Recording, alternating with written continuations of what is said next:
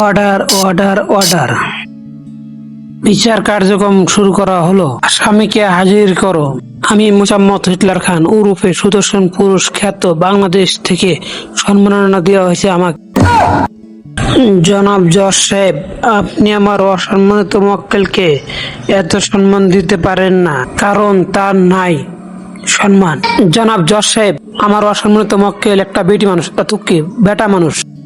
যেহেতু আমার মক্কেলের কোনো সাক্ষী প্রমাণ নাই, সেহেতু আমার মক্কেল বেটা মানুষ। আমি তো আবার বেটি মানুষের কাছে দুর্বল। Order order order. সকল সাক্ষী ও প্রমাণাদির ভিত্তি করে এই আদালত এই সিদ্ধান্ত উপনীত হয়েছে যে জনাব হিটলার খান একটা মেয়ে মানুষ, পুরুষ মানুষ। এতে করে অনেকের সন্দেহ থাকতে পারে, আমারও সন্দেহ আছে। তারপরও হিটলার খানকে পুরুষ হিসেবে স্বীকৃতি দেওয়া হলো।